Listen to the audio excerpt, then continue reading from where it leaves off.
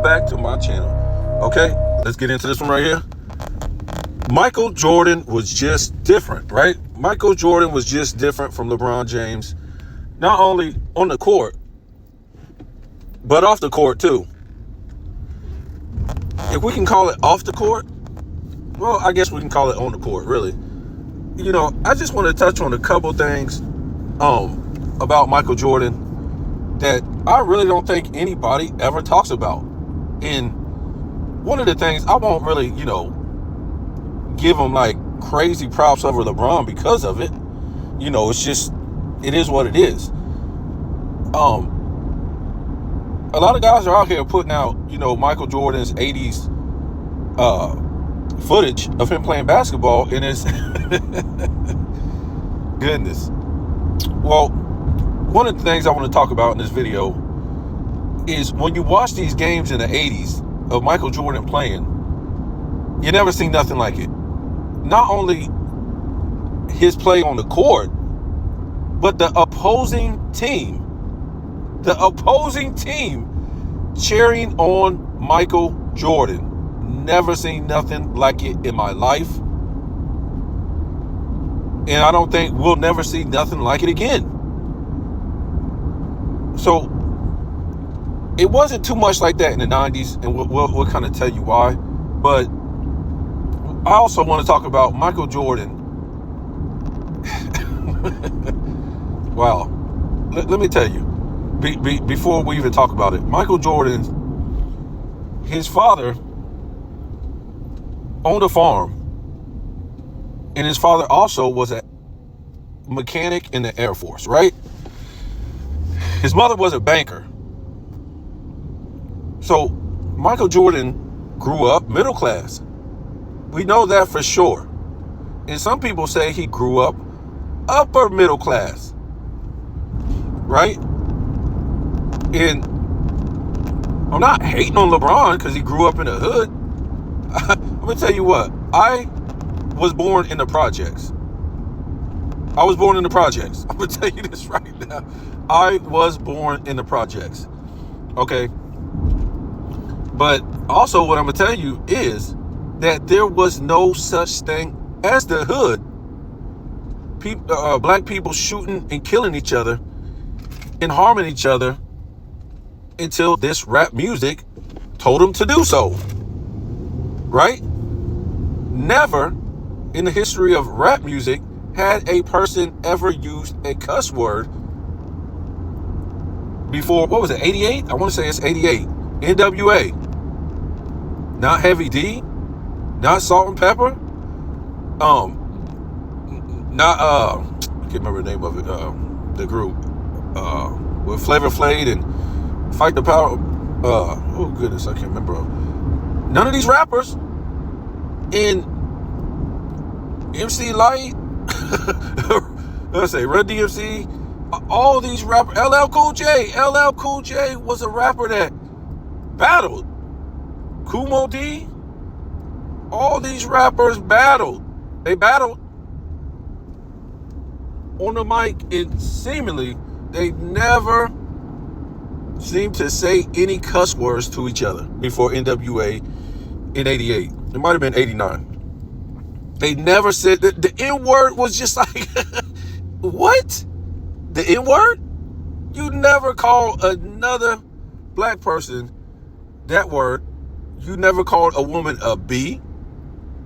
Now, am I saying maybe these things didn't happen, like amongst black people, but it was just like cultural talk, maybe. Not the B word. That's not like, but you didn't say those words to put, each other down. It just wasn't. You got to remember, my parents grew up on soul music, R&B, jazz, blues, stuff like this. They didn't grow up on hip hop. So, I would say my parents, when hip hop came about really strong, about 1980, my parents were like, I want to say about in the early 20s, 21, 20 or something like that. But it was still something new. You know what I'm saying? It was still something that was just getting put on the table. You know what I'm saying? my parents' music was always, the music I told you, R&B, soul, blues, jazz. It was positive. It had harmony in it. It had love. It had joy. So what I'm trying to say is, just because you grew up in a black neighborhood in the 60s, the 70s, the 80s, that wasn't called the hood. And I did a video a long time ago about how black immigrants turned black communities across the United States into the hood, right? Into the ghettos, right? And what I had to deal with was how immigrants from New York basically started hip hop. Black Americans did not start hip hop. Either it was immigrants who had just came over here, or first generational immigrants. Now I have a big theory behind that, and I'm still trying to collect data that the entertainment industry is able to act as what would you call that? I can't remember the name, but corporations are able to act as persons, right? And they're able to bring over people to work for them. Just like you see these immigrants now, they're getting sponsored. That's the word, sponsored.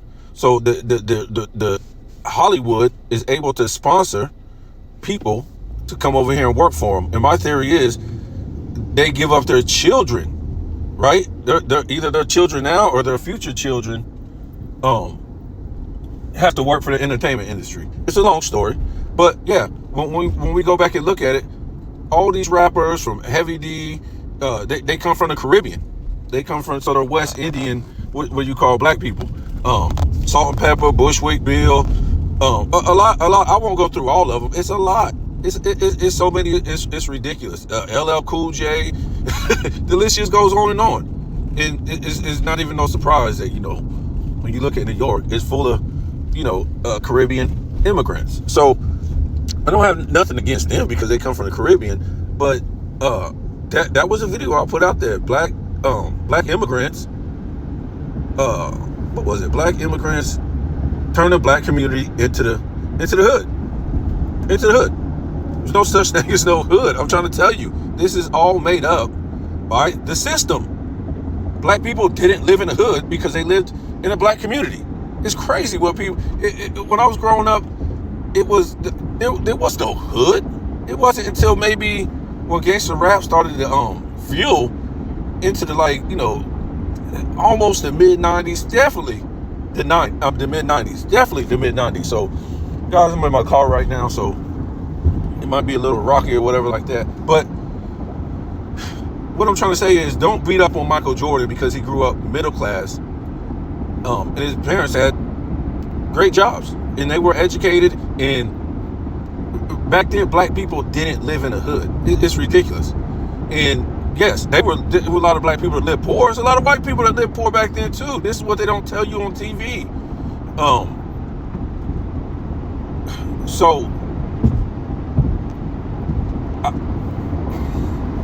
Look, this is what I'm gonna say. So there was nobody in black neighborhoods speaking slang, killing each other. Yes, drugs have always been in every community. Drugs have always been in every community. So the whole crack, listen to this. If gangster rap never would have promoted crack in gangs, guess what? Crack would have just been another drug on the table in the black community. The black community went through heroin, cocaine, all kind of different drugs, just like any community. The difference was, when it came into the black community back in the day, heroin and all these other drugs, they wasn't killing each other. There was no promotion of black people killing each other to sell these drugs or anything else through gangs. That's the difference, right? Gangsta rap did that. Gangsta rap did that. Standing on the corner selling standing on the corner or standing on the block selling rocks, all this stuff like this. This started getting promoted to young black youth. I was there. I was in the middle of it. I grew up in that era, and I'm trying to tell you, there was none of that until these people start promoting it, right? And we already know who brought it in, the government. That's already official. It's already been movies and books and you know, people testifying in the government that the government brought it in on top of black people in the black community. So what I'm trying to say is, I'm not trying to say Micheal Jordan was better than anybody else because he lived in an upper middle class neighborhood. Some people say upper middle class. We definitely know he grew up in a middle class neighborhood. When we separate black people who didn't live in an upper middle class neighborhood, right? Because just because you didn't grow up in a middle class neighborhood as a black person, that don't mean you grew up in a hood, right? You just grew up in a, you know, maybe a poor black community or less fortunate black community. That's about it. So I just found that, like, what separated him from LeBron James, the way they speak in interviews, how Micheal Jordan was was very, I don't even know the word to say, articulate when he spoke. Every time it seemed like, right? It almost seemed like this guy was reading a script when you listen to him in these interviews in 1984, 85, and this is a young Micheal Jordan. He never fumbled a damn word, just about.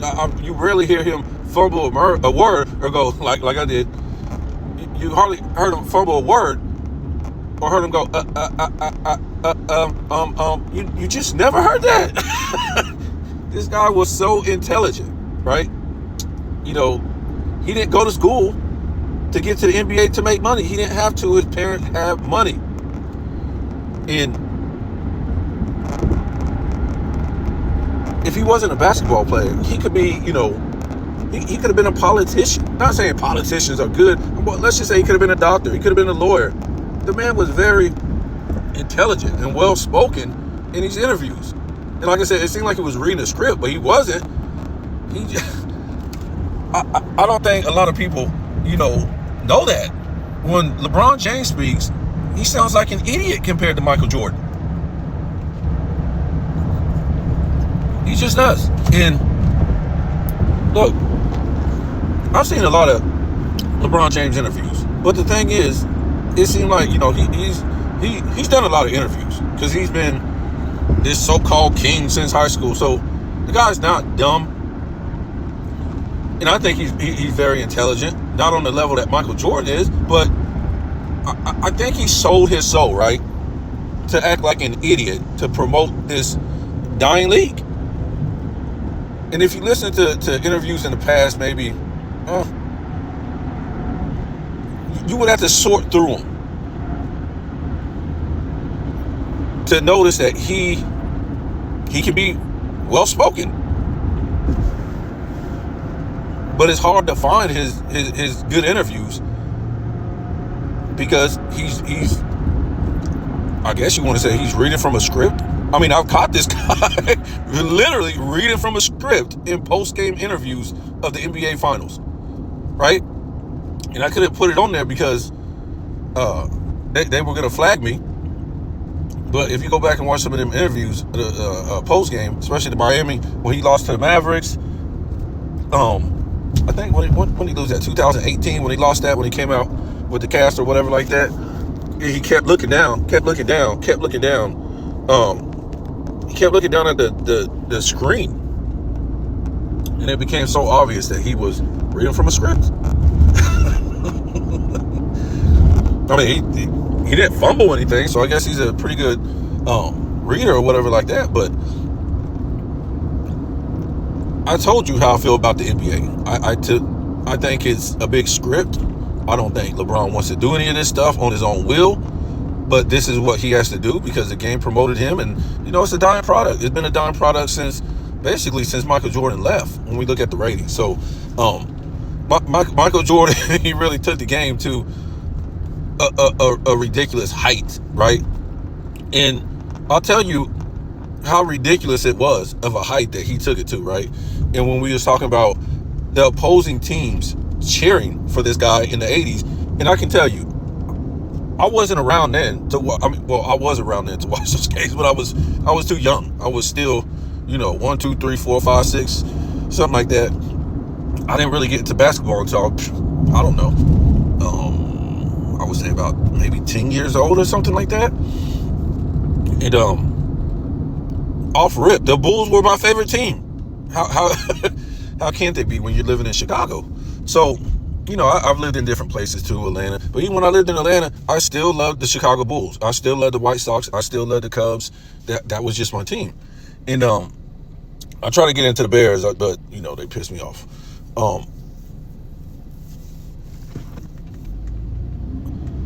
So in the 80s, the early 80s like that, I was too young to even be watching those games.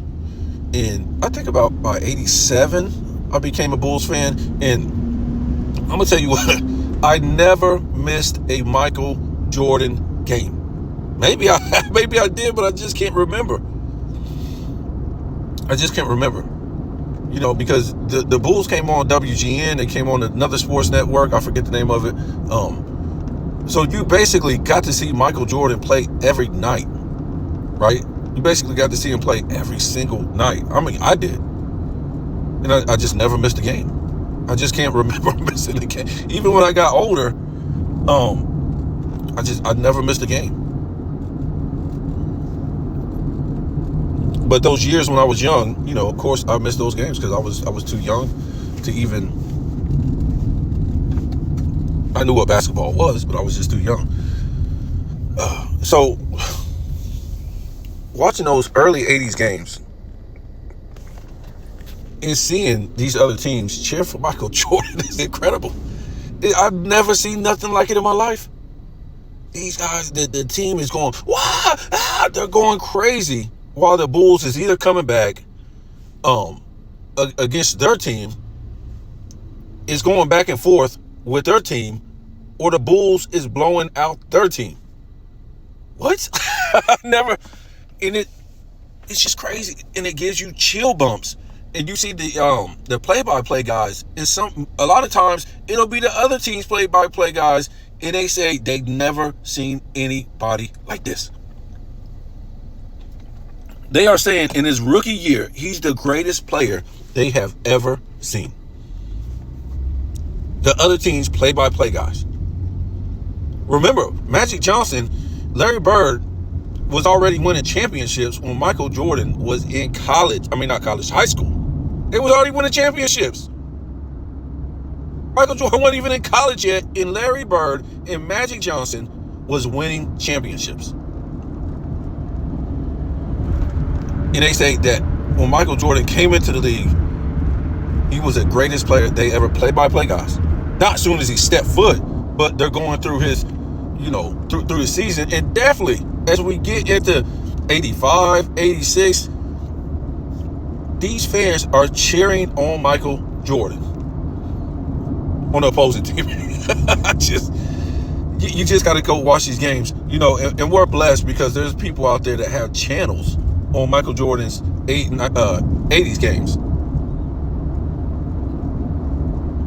And I really didn't know some of this stuff.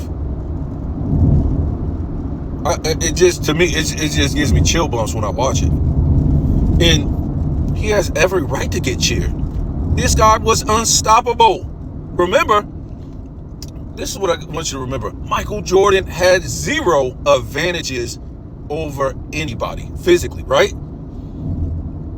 It wasn't a no-touch era. Dudes didn't lag off on defense. Dudes didn't sit out, because they need their toenail clipped, sit out for 5 days because of that.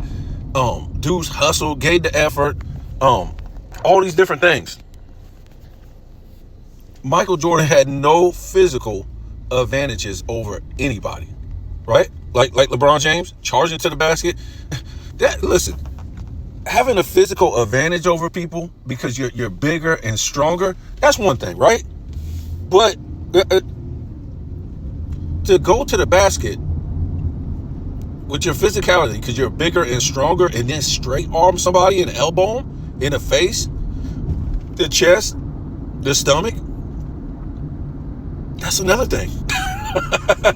And that's what LeBron does. That's insane. And it's applauded. Oh, yeah, he's great. Michael Jordan never did none of those things. Michael Jordan had a double clutch, triple clutch, do all kind of crazy shots just to make the damn basket. But anyways, let's get back to it. Michael Jordan had no physical advantages besides his skill set and his hard work. That's it. And when you watch these games, what's so incredible when I say he's unstoppable is that this guy can shoot from anywhere. Anywhere on the mid-range, he could shoot at every damn angle. From any feet from the basket. Yes, they didn't take a lot of threes, right? And look, guys, what I'm gonna do is I'm gonna try to keep up to date with this NBA this year because I didn't do it. I think I did it like a couple times, but we're gonna debunk that these guys really are this good at three, right? Because last year I was going over the stats or the 3-point stats after each game, and you see these guys as a team, they're shooting in some of these games 19% as a team, 20%, 30%, sometimes even lower than that, 10%, 25%, 31%. So, and this is a lot. This is like maybe, it seemed like it's half the damn time, right? At least 50% of the time. Right, so what I'm trying to say is these guys really aren't really great three-point shooters. They're not. And Sports and Fitness Rants brought up a great point. If these guys had to shoot the amount of three-point shots that they shot in the 90s or the 80s, they would be on the bench. They won't be no better, or they will be just as good as them. On the same level. They just shoot so many, it makes it look like they shoot a good percent. That's it. There's no way around it. And I'm gonna do some videos this year about it. Every time a game ends, I'm gonna say, look, this team shot 29%, 30%, 31%. So these guys are just wasting their whole entire skill set with one damn shot. And really, as a team, they're not good at it. Right? And it brings down their field goal percentage a lot. So, I'll see if I can do those videos and stuff like that. But, yeah, that's just what it is, man. I just want to, kind of talk about that. I just don't remember anybody getting cheered on by the opposing team like Micheal Jordan. And it just gives you chill bumps.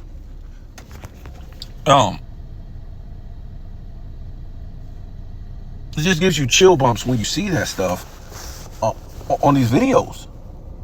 Because they just have never seen. Dr. J had a great skill set, especially, going to the basket. But Micheal Jordan doubled that up, right? And Micheal Jordan was smaller than Dr. J. Micheal Jordan's defense, this guy was all over the damn court. The thing about LeBron James is, he came in with all this hype, right? But he was not able to do. Hold on for a minute. Let me say this. The only person that I know that was bigger, this is crazy because they was interviewing Micheal Jordan as his great player already. And Sam Bowie was the number one pick. Sam Bowie wasn't even getting this hype, so it's crazy. Yeah, Sam Bowie got drafted number one, but Micheal Jordan had all the hype when the damn NBA season started. Yeah. What was I going to say?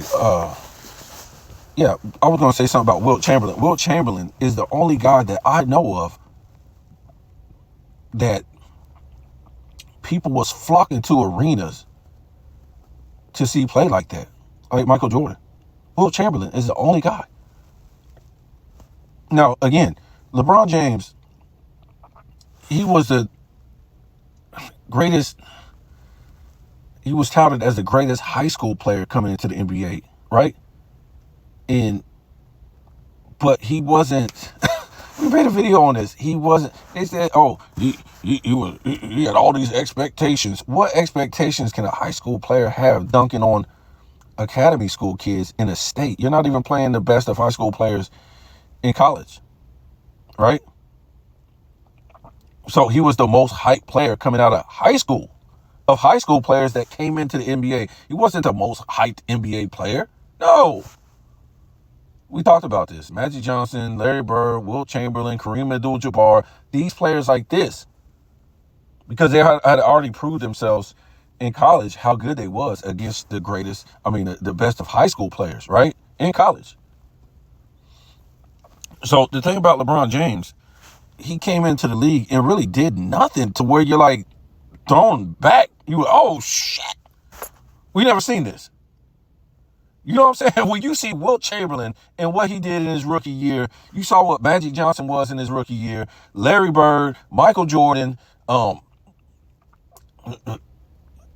maybe Shaq, he was great. Players like this. LeBron, come on, man. There was nothing special about this guy that we were just like thrown back. And we were like, oh, man, we never seen this. What was it? Nothing. Not his second year, not his third year, never, nothing ever has it happened to where we say, oh, man, it's nothing. Because everybody who has common sense can say that, well, the league got weaker. And I'm talking about like, weaker. There's no big man for him to compete against in the hole. He doesn't have a consistent jump shot. He's not an all-time great, facilitator. He's not an all-time great. He's not a great, we don't even have to say all-time. He's not a great facilitator. Bro, when we talk about good and great, when we talk about assists, we're talking about at least 9. And then when we get up in the double digits, now we're talking upper echelon. LeBron's not that. LeBron's not Jason Kidd, Chris Paul, Steve Nash, Magic Johnson, John Stockton. What are we talking about? We ain't talking about nothing. Rebounds? Nope. A great scorer? Nope. Not a good free throw shooter, not a good mid-range shooter, not a good three-point shooter. Don't have a bag. So what I'm trying to say is LeBron James has never wowed us like other great players have in the past, where we're like, whoa, no. So there's no way he would get cheered on by the opposing team, because there's nothing he does to where we're just like wowed away. Dunk and layup with nobody in the paint. Even in the 2000s, the big man, who was the greatest big man in the 2000s, right? Dwight Howard? You say Kevin Garnett, but he was like, when they won a championship, he was like 13 years into the league.